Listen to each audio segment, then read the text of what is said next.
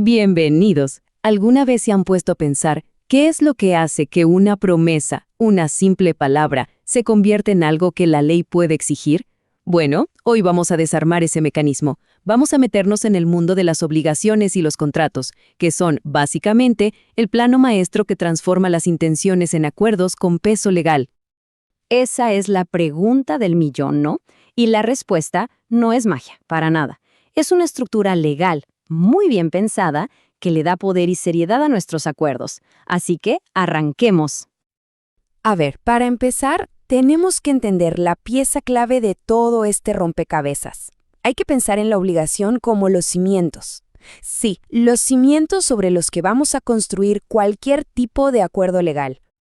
Entonces, ¿qué es exactamente? Es un lazo, un vínculo de derecho reconocido por la ley. Esto es lo crucial. No es solo una idea. Tiene un carácter personal y, muy importante, económico. De un lado tenemos al acreedor, que es quien puede exigir algo, y del otro al deudor, que tiene el deber de cumplirlo. Ok, ¿y de dónde salen la mayoría de estas obligaciones en la vida real, en el día a día? Pues la respuesta es sencilla, pero muy poderosa. Del contrato. Es por lejos la herramienta más común para crearlas. Y aquí seguimos con la metáfora. Si la obligación son los cimientos, el contrato es el plano detallado de la construcción. Es ese acuerdo de voluntades, donde se define con pelos y señales qué se tiene que dar, qué se tiene que hacer o qué no se puede hacer. Es el manual de instrucciones del acuerdo. Ahora, esto es clave. Todo contrato se sostiene sobre 3 principios gigantes. El primero, la autonomía de la voluntad. Suena complejo, pero significa que las partes tienen libertad para negociar y poner sus propias reglas. Segundo, pacta sunt servanda, una frase en latín que es la regla de oro. Lo que se pacta se cumple, te obliga. Y tercero, res inter alios acta, que básicamente protege el acuerdo. Dice que solo las partes que lo crearon pueden deshacerlo, nadie más. Y como toda buena construcción, un contrato no aparece de la nada. Tiene un ciclo de vida, unas fases muy claras, desde que es una simple idea hasta que se cumple por completo. Es una secuencia muy lógica, la verdad. Primero, se negocia. Es la etapa de conversar, de tirar ideas, siempre de buena fe. Luego llega el perfeccionamiento. Este es el momento mágico, el apretón de manos legal, donde el contrato nace y se vuelve obligatorio. Y por último, claro, la ejecución. La hora de la verdad, cuando toca hacer lo que se prometió.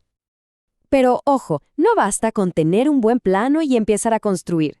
Para que esa estructura sea válida, para que no se venga abajo al primer problema, tiene que cumplir con unos requisitos de solidez.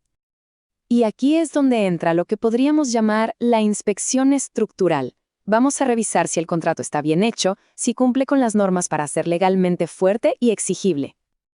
Y la inspección se fija en estos 4 pilares. Son innegociables. Si falta uno, la estructura entera se tambalea.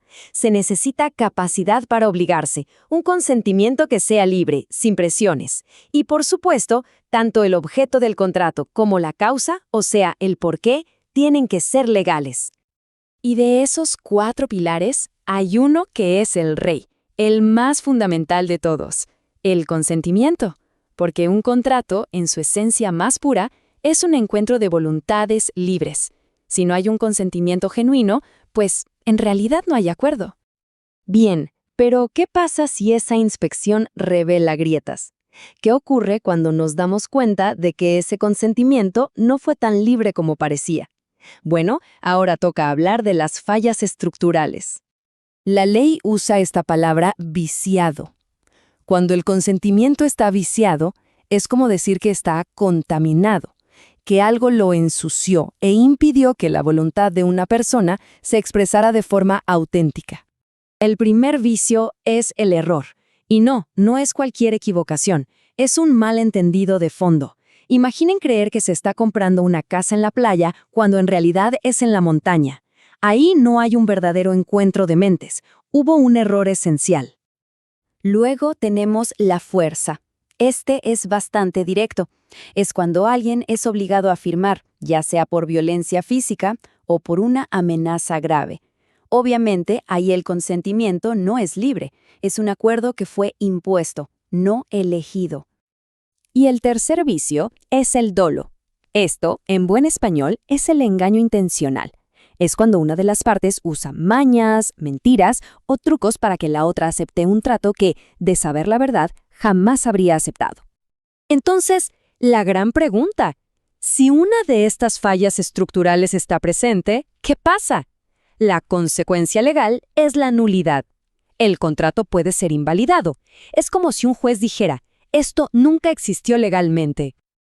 Pero, mucho ojo, porque no todas las fallas se tratan igual. Hay dos tipos de nulidad. Miremos la tabla. Por un lado, la nulidad absoluta. Es para los defectos más graves, como un objeto o una causa ilegal. Es tan serio que hasta un juez pueda declararla sin que nadie se lo pida, y hay un plazo de 10 años. Pero, por otro lado, está la nulidad relativa. Esta es por los vicios del consentimiento que acabamos de ver: error, fuerza, dolo. En este caso, solo la persona afectada puede pedirla, y el plazo es mucho más corto, apenas 4 años. Entender esta diferencia es clave. Así que, como vimos, los acuerdos son mucho más que un papel firmado. Son verdaderas estructuras que se construyen con cimientos, con pilares y que necesitan una inspección de calidad. Ahora que se conoce el plano, queda una reflexión en el aire. ¿Están bien construidos los acuerdos que se celebran? Saber todo esto da el poder para asegurarse de que sí lo estén.